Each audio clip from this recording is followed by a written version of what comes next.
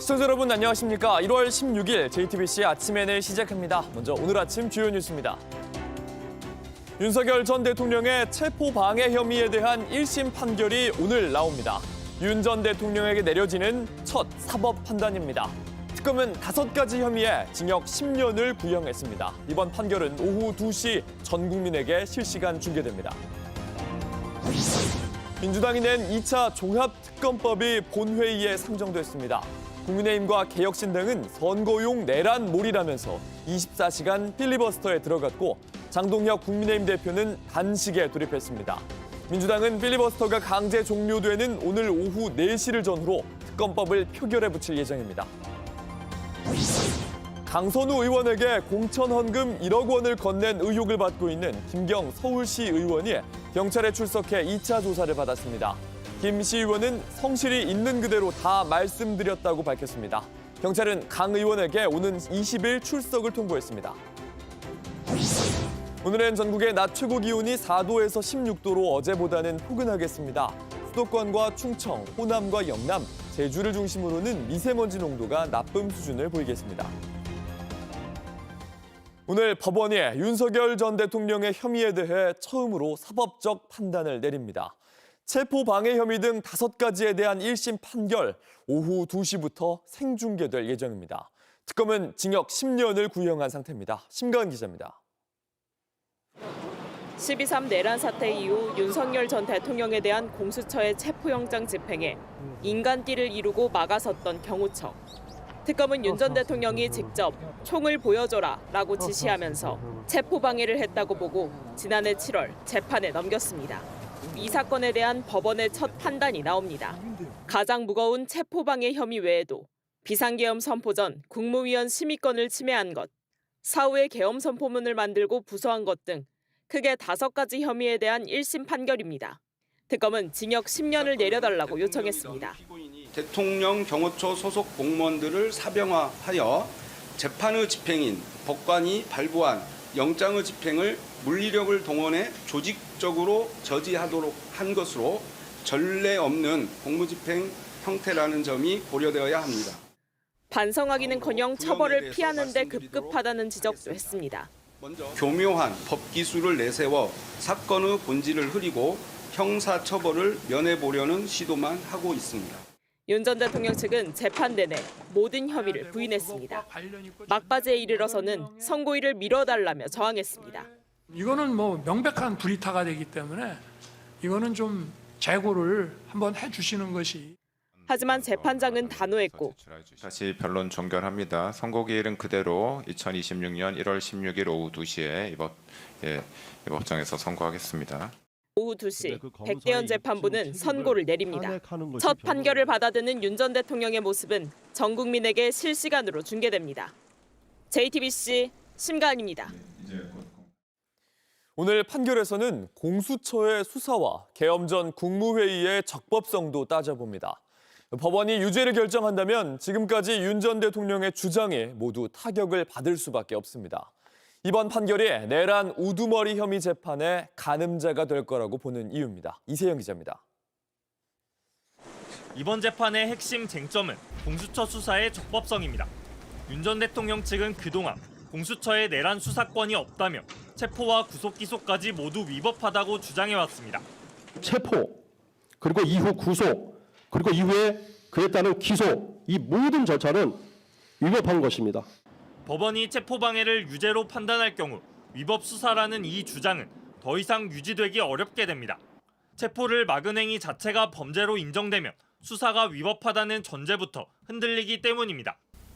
또 하나의 쟁점은 계엄 선포 직전 열린 국무회의의 적법성입니다. 윤 전 대통령은 필요한 인원만 모인 적법한 국무회의였다고 주장해왔습니다. 필수 기본 멤버는 대통령이 이미 정해놨고 이런 과정들을 보면은 이것이 그 국무회의에 필요한 어떤 그 실질 심의가 이루어지게 하기 위한 이런 점들이 갖춰졌다는 것을. 반면 특검은 일부 국무위원만 소집해 권한을 침해했다고 판단했습니다. 법원이 국무회의의 흠결을 인정하면 적법한 계엄이었다는 윤 전 대통령 측 주장이 근거를 잃게 됩니다. 다음 달 예정된 내란 재판 선고에도 결정적 영향을 줄 것으로 보이는데 계엄 선포가 위법했다는 판단으로 이어질 수 있다는 분석이 나옵니다. JTBC 이세연입니다.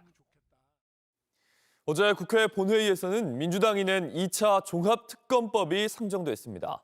국민의힘과 개혁신당은 선거용 내란몰이라면서 24시간 필리버스터에 들어갔습니다.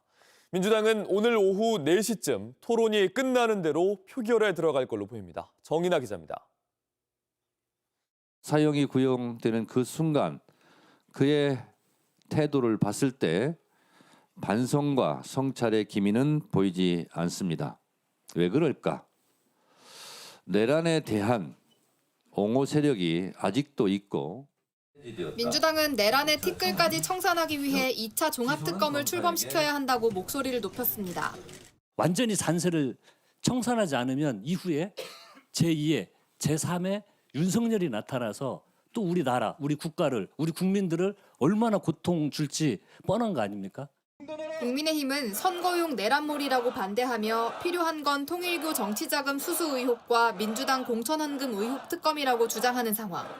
통일교 특검법을 어떻게 할 거냐 이 문제인데 더불어민주당에서 신천지를 해야 된다라고 물타기를 했습니다. 여야 협상은 무산됐고 2차 종합특검법만 본회의에 올랐습니다. 장동혁 국민의힘 대표는 규탄대회 후 단식에 들어갔습니다. 국민의힘과 공조하고 있는 개혁신당의 천하람 원내대표는 필리버스터에 나섰습니다. 지금 우리에게 필요한 것은 재탕 3탕에 죽은 권력을 부관 참시하는 2차 종합특검이 아니라 현재 살아있는 권력의 부패를 도려내는 통일교 특검과 돈공천 특검입니다. 하지만 필리버스터는 시작 24시간 뒤인 오후 4시 전후 강제 종료되고 2차 종합특검법 표결이 이뤄질 전망입니다. JTBC 정인아입니다.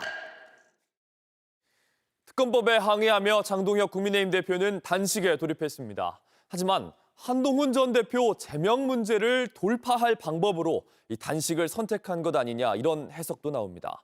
일단 장 대표는 제명 안건을 미루겠다며 한 발 물러섰습니다. 유한울 기자입니다. 빨간 목도리를 메고 입을 굳게 닫은 장동혁 국민의힘 대표가 국회 본회의장 앞에 자리를 펴고 앉았습니다. 2차 종합특검법 상정에 항의하는 규탄대회에서 단식을 선언한 겁니다.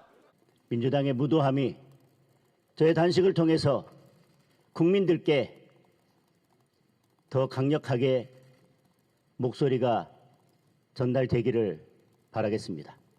장 대표의 이런 설명에도 한동훈 전 대표 제명 시도가 수세에 몰리자 돌파구로 단식을 선택한 것 아니냐는 해석도 나옵니다.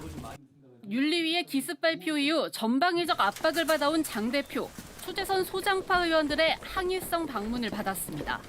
장 대표는 제명 안건 처리를 미루겠다고 한 발 물러섰지만 제대로 된 소명 기회를 부여받아서 이 절차가 마무리될 수 있도록 재심의 기간까지는 윤리 결정에 대해서 최고위의 결정을 하지 않겠습니다. 이어 열린 의원총회는 장 대표에 대한 성토장이었습니다. 너희 중에 죄 없는 자가 먼저 돌로 치라라는 예수님의 말씀이 있습니다. 제명과 단죄로 몰아가는 것, 이것은 정치가 아니고 리더십이 아닙니다. 반탄 윤상현 의원 등 여러 의원이 제명은 과하다, 덧셈의 정치를 해야 한다고 목소리를 높였습니다. 재심 보장을 이야기할 게 아니라 권한을 가진 지도부가 정치적으로 풀어야 한다는 발언도 있었던 것으로 전해집니다. 그러지 않으면 장동혁 체제가 무너질 수도 있다는 경고도 나오고 있습니다. JTBC 유한울입니다. 강선우 의원에게 공천헌금 1억 원을 건넸다는 의혹을 받는 김경 서울시 의원이 2차 경찰 조사를 받았습니다. 돈을 건넨 상황을 놓고 관련자들의 진술이 엇갈리고 있는데 경찰은 강 의원에게도 오는 20일 출석을 통보했습니다. 송지혜 기자입니다. 김경 서울시 의원이 16시간 넘게 경찰 조사를 받았습니다. 조사 오래 받으셨는데 어떤 점 위주로 소명하셨습니까? 네, 오늘 성실히 있는 그대로 다 말씀드렸습니다. 강선우 의원에게 직접 1억 건넸다고 진술한 거 맞나요? 일요일 기습 귀국해 새벽 조사를 받은 지 사흘 만입니다. 업무용 노트북과 태블릿도 이미 제출했습니다. 김 씨 의원은 앞서 자수서를 통해 2022년 한 카페에서 강선 의원에게 직접 돈을 건넸다고 주장한 것으로 전해졌습니다. 남 전 사무국장은 지난 6일 경찰 조사에서 강 의원과 함께 김 씨 의원을 만난 사실은 인정한 걸로 파악됩니다. 하지만 잠시 자리를 비워 공천 헌금이 오가는 상황 자체를 알지 못했다고 말한 걸로 알려졌습니다. 이후 강 의원이 물건을 차에 옮기라고 지시했고 자신은 돈인지 모르고 트렁크에 넣은 것에 불과하다는 겁니다. 반면 강 의원은 남 씨의 보고를 받고서야 돈 받은 걸 알았다고 해명했습니다. 강 의원은 자신의 페이스북에 어떠한 돈도 받은 적이 없다며 누차에 걸쳐 반환 지시했고 반환되었음을 확인했다고 했습니다. 경찰은 강 의원에게 오는 20일 출석하라고 통보했습니다. JTBC 송재입니다. 온라인에서 화제가 된 뉴스, 화제가 될 뉴스를 골라 전해드립니다. 아침엔 소셜픽입니다. 그룹 방탄소년단이 3년 9개월 만에 정규 5집으로 컴백합니다. 새 앨범의 이름 아리랑입니다. Here we are, BTS. We're so excited to share our new album, Arirang. This album reflects the culmination of our journey to date as BTS. 오늘 방탄소년단은 3월 20일 발매하는 새 앨범의 이름을 공개했습니다.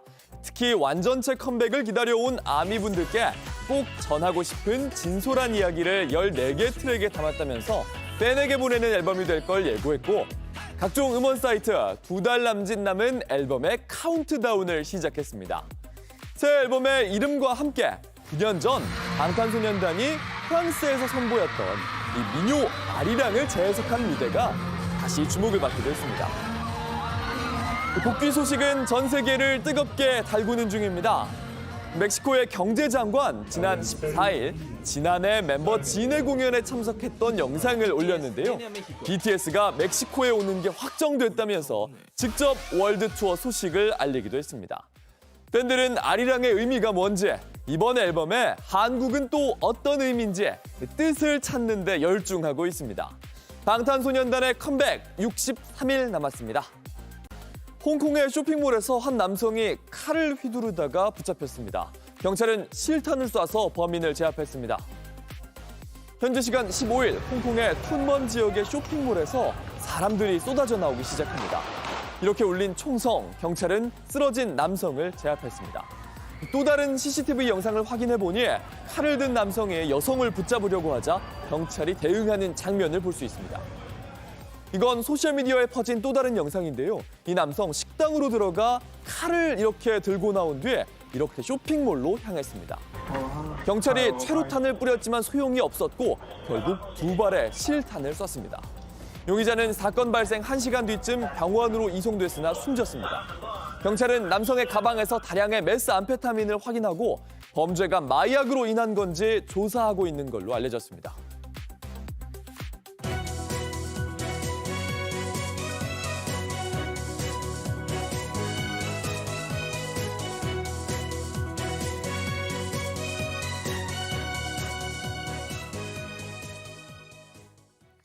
개인정보 유출 사고와 관련해 쿠팡은 자체 조사 결과를 홈페이지에 공개하고 있습니다. 정부의 공식 발표가 아니어서 개인정보보호위원회가 삭제까지 요구했지만 쿠팡은 고집을 꺾지 않고 있습니다. 박준우 기자입니다. 쿠팡 홈페이지 첫 화면입니다. 제일 상단에 구매 이용권을 드린다는 안내가 있습니다.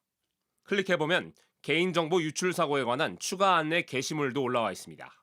지난달 기습적으로 발표했던 자체 조사 결과에 대한 공지를 그대로 유지하고 있는 겁니다. 개인정보보호위원회는 해당 공지를 즉각 내리라고 촉구했습니다. 공식 조사로 확인되지 않은 만큼 국민에게 혼란을 줄 수 있고 정부의 조사 진행을 방해할 우려가 있다는 판단 때문입니다. 다만 쿠팡은 개보위로부터 정식 의결서를 받지 못했다며 아직 공지를 내리지 않고 있습니다. 그간 쿠팡은 정부가 시켜서 한 조사라는 입장을 되풀이해왔습니다. We did not do the investigation ourselves. We did it at the direction of the government.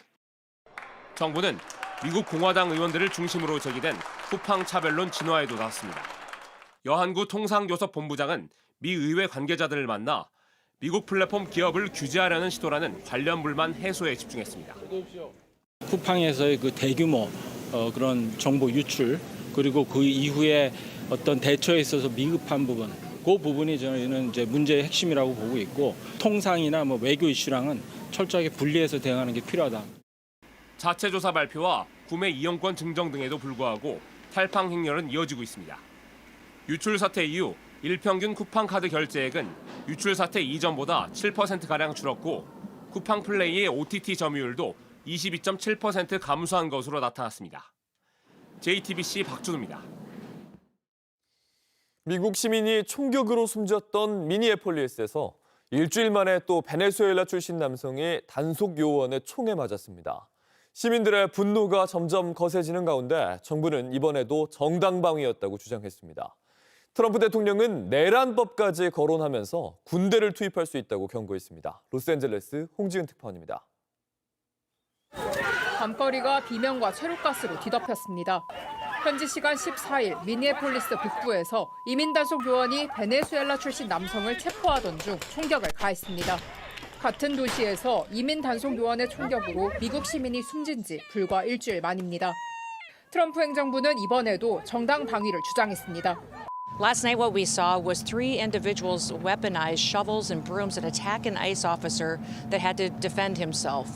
미 국토안보부는 불법 체류 남성을 체포하던 중 해당 남성이 도주했고 추격 과정에서 요원에게 폭행을 가했다고 밝혔습니다. 또 주변 시민들까지 합세해 요원을 공격했다고 설명했습니다. 총에 맞은 남성과 연방 요원 모두 생명에 지장은 없는 것으로 파악됐습니다. 연이은 총격 사건에 시민들의 분노는 폭발했습니다. 사태가 격화되자 트럼프 대통령은 내란법을 꺼내 들었습니다. 주정부의 동의 없이도 대통령 직권으로 군을 투입하겠다는 겁니다. I discussed with the president this morning several things that we are dealing with under the department and different operations. We did discuss the Insurrection Act. He certainly has the constitutional authority to utilize that. 미니애폴리스 당국은 연방 정부가 오히려 폭력을 유도하고 있다고 규탄했습니다. I've seen conduct from ICE that is disgusting and is intolerable. And for anyone that is taking the bait tonight, stop. 미국에서 내란법이 마지막으로 발동된 것은 1992년 LA 폭동 때입니다. 34년 만에 다시 등장한 군 투입 경고에 미 전역의 긴장감이 고조되고 있습니다. 로스앤젤레스에서 JTBC 홍지은입니다. 한국의 이미지를 세계에 알리는 데 기여한 주역들이 한자리에 모였습니다. 한국 이미지 커뮤니케이션 연구원은 2026 한국 이미지상 시상식을 열고 애니메이션 K-팝 데몬 헌터스 OST 프로듀싱에 참여한 더 블랙 레이블에는 디딤돌상을, 캐대헌 속 사자보이즈가 쓴 가세는 부싯돌상을 수여했습니다. K-푸드 트렌드를 확산시킨 역할을 인정받은 불닭볶음면은 조약돌상을 차지했습니다. 매년 초 한 해를 빛낸 인물이나 사물을 선정하는 한국 이미지 커뮤니케이션 연구원은 해당 수상작들에 대해 한국 문화를 대표하는 아이콘으로 자리 잡아 전통의 불씨를 되살리고 한국 문화 확산의 가능성을 보여주었다고 평가했습니다. 날씨입니다. 오늘은 전국적으로 따뜻하겠습니다. 아침 최저기온은 서울이 1도, 부산 7도 등으로 어제와 비슷하거나 높겠습니다. 낮 최고 기온도 서울이 5도, 대전이 10도, 광주 14도 등 전국이 4도에서 16도로 추위가 다소 누그러지겠습니다. 수도권과 충청, 호남과 영남, 제주를 중심으로는 미세먼지 농도가 나쁨 수준을 보이겠습니다. JTBC 아침 N을 마칩니다. 다음 주도 7시 반에 아침을 열겠습니다. 시청해주셔서 감사합니다.